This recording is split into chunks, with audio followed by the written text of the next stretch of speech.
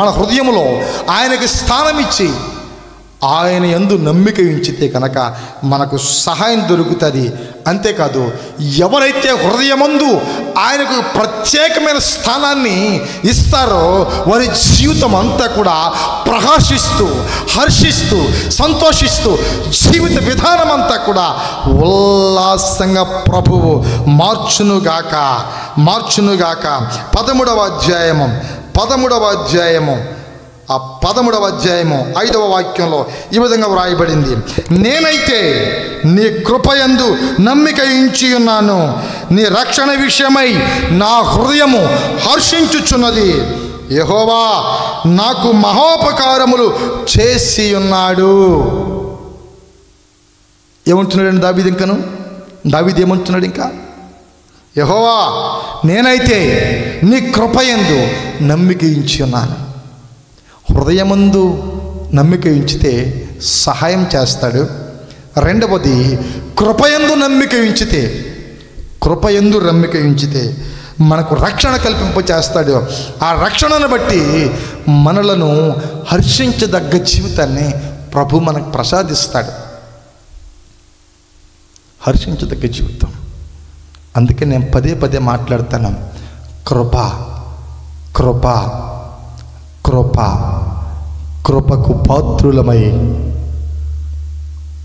పాత్రులమై మనము జీవిస్తే, కృపయందు నమ్మిక ఉంచితే, కృపయందు విశ్వాసం ఉంచితే, కృపయందు మనము జీవించగలిగితే మన హృదయము మనకు కలగజేసినటువంటి రక్షణను బట్టి, దేనిని బట్టి? రక్షణను బట్టి. దావీదు అదే కోరుతున్నాడండి. ఎందుకు పదే ప్రార్థన చేశాడంటే, తన మామ, తన స్నేహితులు, తన బంధువులు తన చంపాలని చూశారు. అందుకే పదే మాట్లాడుతూ, నా రక్షణకర్తవు నీవే, కలువరిపడి కొండల తట్టు నాకు కనులెత్తుచున్నాను, నాకు సహాయము ఎక్కడి నుండి వస్తుంది? నీ వలనే నాకు సహాయము కలుగుతుంది. మనుషుల వలన సహాయం కలిగేది కొద్ది కాలమే ఈ భూమి మీద. అదే కృప ద్వారా కలిగేటువంటి ప్రతి విధమైనటువంటి ఆశీర్వాదము ఈ భూమి మీద తన యందు, హృదయమందు, కృపయందు నమ్మిక ఉంచిన వారి జీవితాలంతా కూడా వికసిస్తూ, సంతోషిస్తూ, హర్షిస్తూనే ఉంటాయి. అంతేకాదు, కృపయందు నమ్మిక ఉంచిన వారి జీవితాల్లో ఇంకేం చేస్తున్నాడంటే, యెహోవా నాకు మహోపకార్యములు, ఏంటంట?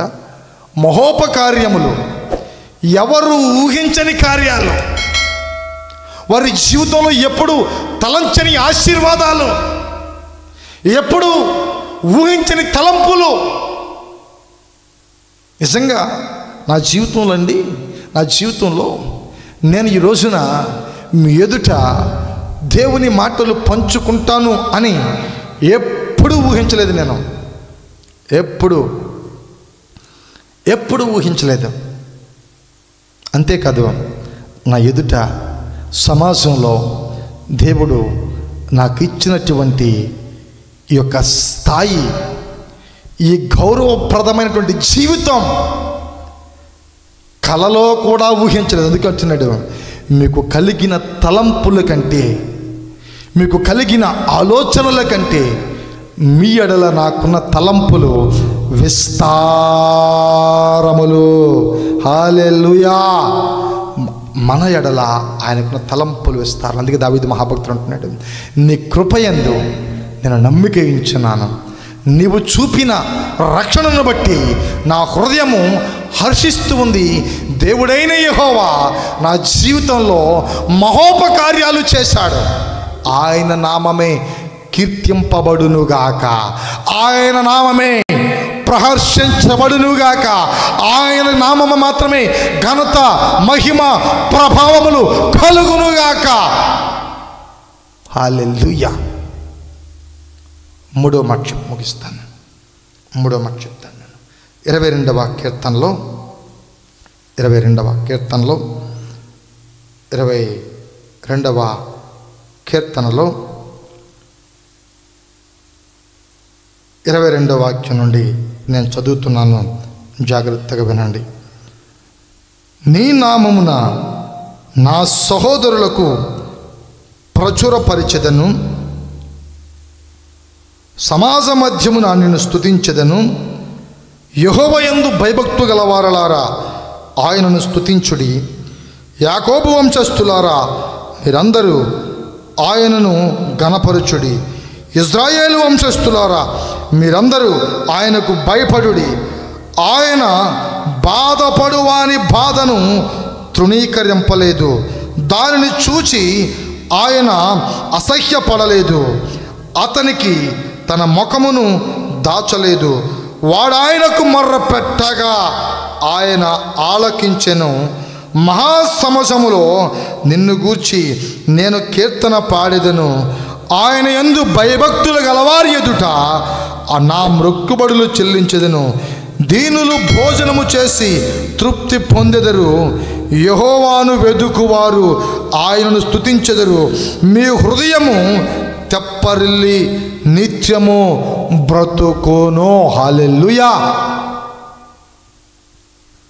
మొదటి మాట ఏమో హృదయమందు నమ్మిక ఉంచినందుకు ఆయనకు సహాయం చేశాడు. రెండవదేమో కృపయందు నమ్మిక ఉంచినందుకు ఆయనను రక్షణ కలిగింపచేశాడు. రక్షణను బట్టి ఆయన హృదయము హర్షిస్తూ దేవుడు చేసిన మహోపకార్యాలను సమాజం ఎదుట ప్రచురము చేశాడు. మూడవది, దీనులు భోజనము చేసి తృప్తి పొందెదరు. యెహోవాను వెదుకువారు ఆయనను స్తుతించెదరు. మీ హృదయములు తెప్పరిల్లి నిత్యము బ్రతుకును.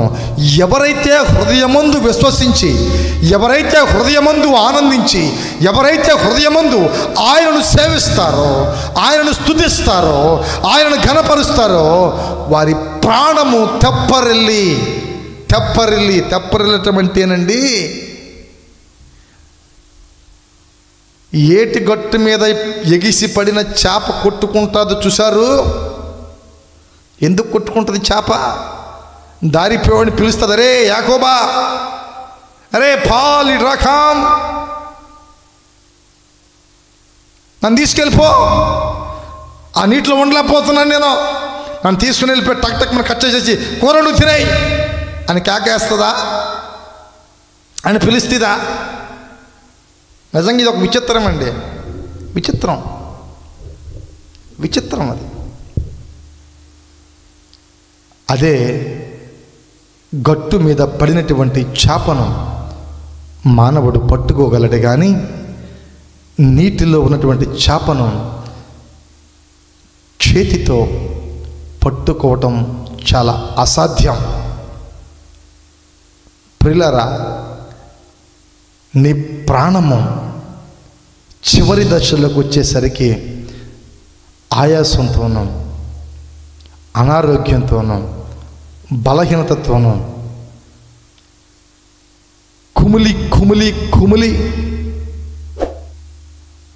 పరితపిస్తూ ఉంటుంది. ఎవడైనా గుక్కెడు మంచిళ్ళు పోస్తాడేమోనని, ఎవడైనా గుప్పెడు ముద్ద పెడతాడేమోనని. ప్రియులారా, దేవుని వాక్యం చెబుతోంది హృదయమందు ఈ లోకంలో నివసిస్తున్న మనుషుల వైపు నీవు చూడకుండా